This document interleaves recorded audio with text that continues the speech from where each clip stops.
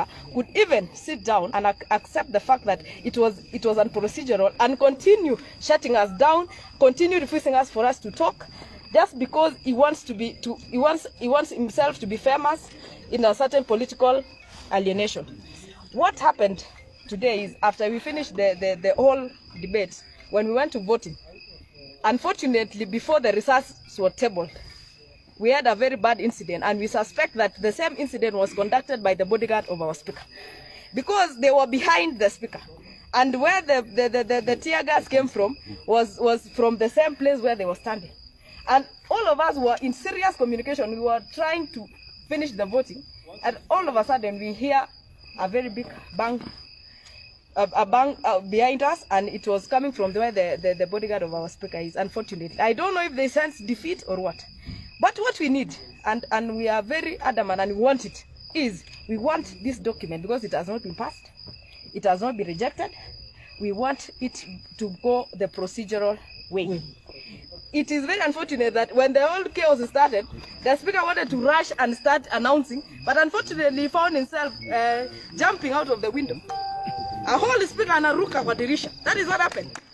Dirisha, alafu anataka kwenda kudanganya ati waliangusha.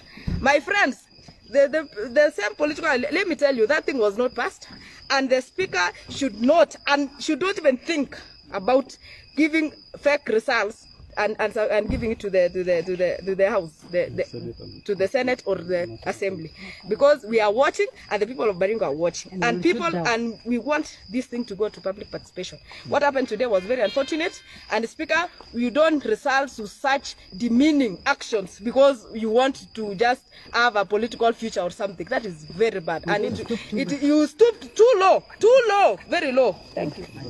Very brief to the point.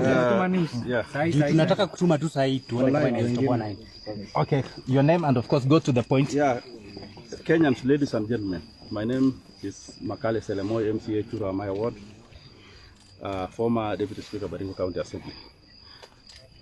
Today, we woke up for daily business of the House, and surprisingly, we were ambushed by the Speaker with a business that was supposed to have gone to the people of Baringo through public participation. He sneaked back the bill, otherwise called BBI, Constitution of Kenya Review Amendment Bill 2020. He sneaked back to the Assembly when the people of Baringo were awaiting in the field. So we were surprised that a whole Speaker who is believed to be a lawyer could do such a heinous non-procedural matter. However, we came to the Assembly and we protested that this matter should go to the people of Baringo through public participation. He was so adamant and made sure that the procedural thing will proceed. Nonetheless, we went back to debating the motion, and when we were almost through with the debate, because our side, the yes side, were many, we were majority in the House, and when he sensed defeat, that is when the unfortunate incident happened. And we suspect that because the Speaker and his allies sensed defeat, and because he is the CEO of the County Assembly, and probably armed with security, where else could we get the tear gas and the guns? As an MCA, we don't have security, so we suspect that the same Speaker orchestrated a scheme. The same Speaker of Baringo County Assembly orchestrated a scheme because he had sensed defeat. And we believe we won as yes team. Then finally maybe Mheshimiwa, the point direct to the point, alafu maybe kenye imefanyika tu assembly, alafu wengine wakati tutapatia tu nafasi the people of Kenya. This is Ernest Betarus. I just want to report an incident that we were in the assembly, and given the situation that we were debating a motion that was illegally introduced to the House, but we, as good citizens, we participated, and the Speaker, when we requested for division, normally in the House we have what we call division. When you want to subject anything to a bill, to a vote, and the Speaker followed the procedure. We nominated the clerks, and the clerks were noting the votes. Unfortunately, when the Speaker realized that the yes team was winning, there was a commotion, and we realized already there's a tear gas in the House. And I want to report here that there was no finalization of the process. Very true. Yes. The Speaker did not call the clerks to report. So there was no reporting of the results. And what the Speaker or anybody purporting to have read is just these are fake results. So this is null and void. So we are asking, and we want to say that we can even check on the contribution. Those who contributed, the majority were of yes. And we are wondering why the Speaker decided to rule or purported to rule otherwise, and we know that the results were not submitted. So we want to tell the people of Kenya that it is unfortunate that this BBI has been reduced into political contest and just stamping, and it is so unfortunate. I'm calling for the immediate arrest of the Speaker, because how else can he is the one in charge of the Assembly. How could he organize such an attack on members of the Assembly? Yes. We need an investigation. We need an inquiry. How we are in danger. Even some of us already, we are feeling that we are in danger. So we are requesting and we are asking Immediate arrest of the Speaker. The Speaker and the clerk, the entire administration. How was the Assembly infiltrated, and how did he organize that this bill was going to fall, or he was going to make sure that he falls this bill by all means? It is unfortunate that the Speaker thinks by Baringo becoming the first county to shoot down the bill, he has scored politically. We want to tell him that the people of Baringo, the people of Baringo Central are not so foolish to be cheated in such a manner. Yes. So we are just asking, and we are requesting that let the procedure be followed. Let this thing go to the public participation. Let us follow the procedure. Let us allow the people of Baringo to have a say in this bill. Most of the people of Baringo have not seen this bill. Let us take this bill to the people of Baringo. And that is what we are asking. The majority of us were asking for that. Let us take this thing to the people of Baringo. And the people of Baringo will have their say. That's all. Okay. Moja.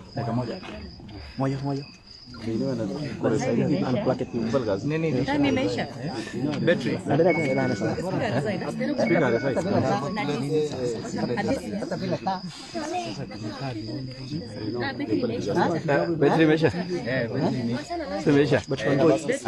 It's live. You can. It's live. It's live. Today, what happened in the county assembly, the voting process was flown, and it was cut short by the tear gas canister. And we know the process was planned. It was pre-planned before. In county assembly, within the presence of the assembly, no one within the assembly, any stranger, any security matters lies within the power of the Speaker. So the way the process was managed from the beginning, it was really not good, the way the Speaker behaved. And it is a high time that the way our Speaker, who is supposed to be a arbitrator, need to respect the autonomy of the Assembly, need to respect also the people of Baringo. That document was not procedural, it was just brought today. It was subjected into discussion and voting. But when people go for a roll call, which is on division, that is when we saw that Speaker was not ready for that, and he decided to use any other means. Yes. So that any chaos, so that it can make the process go through the way they want, and it has been doing that. So this time round, we are saying that process was not to the end. It was cut short, and it has to start again. We have to start it afresh. The bill has to go a procedural process where it has to go to public participation. It has to be subjected into a committee. That's a legal and affairs committee. Let us do a public participation where all wards, even if it means you don't go everywhere, people can even streamline. We can zoom it all over. And we see the feelings, and the people of Baringo can contribute.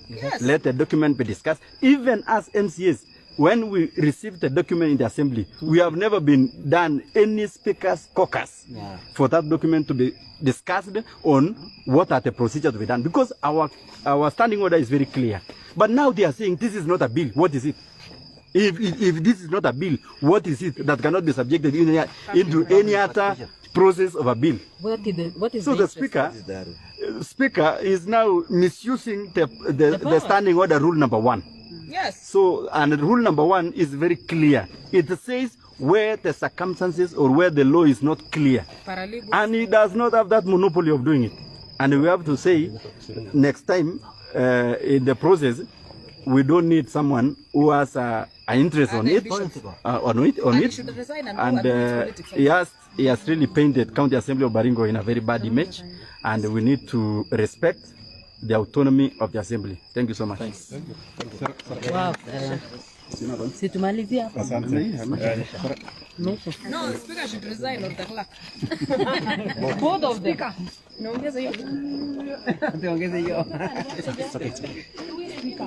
As we wind, I want to be very categorical. We have an assembly where the clerk of the county assembly wants to be a governor. We have an assembly where the Speaker of the County Assembly wants to be an MP Baringo Central. That means these people are willing to do anything to maintain a good rapport for any other political party they would want to stand with. We are even privy to some information that even our Speaker has reached a place where they will arrange some per diem for his people so that they can take to some political persons that we know. And it has been happening in Baringo. We want the DCI to come immediately and conduct investigation, especially the tear gas that was thrown today, because we suspect our speaker is the only one person who has an outsider who can be around the assembly premises, because we cannot continue this way. Our life is in danger. Someone cannot purport to fulfill his political ambitions over our safety, over our autonomy as an assembly. And I think it is about time. It's about time we tell each other the truth. If the speaker wants to remain as the speaker who is supposed to be neutral in the house, he should remain neutral and shield his political ambitions until 2022, or he resigns and go and start campaigning in Baringo Central. Even the clerk, we are warning you. You are a civil servant. If you want to be the governor of Baringo, how can you even start oversighting a county government if you want to be also a governor?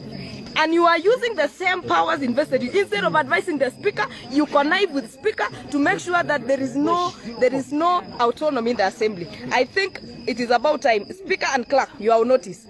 Resign or be neutral in the house. Thanks. Okay, one last one. Reggae is still on. Okay, can go ahead. I'm Honorable Francisca Chebret, and I'm one person that I'm so discouraged to be treated as a that party in my own county. It is so funny that amongst the team who are talking today and saying no, what they were able to say was no. They were not able to explain to the people of Baringo what they were saying no to. And I'm so discouraged to note that out of some insights that we have, Honorable Murkomen, our old senator from Marakwet, is micromanaging Baringo from inside the county assembly. And we are saying that we have girls and boys born in Baringo, and we are very powerful and will not allow that. We know the team met Murkomen yesterday, and that is what they agreed to do, to pin down Baringo because of their differences in the Senate. We cannot be micromanaged from the Senate by Murkomen. Note that we are from Baringo and we will look for you. We are after you because you cannot destroy our county while we are there. Thank you. Okay, thanks.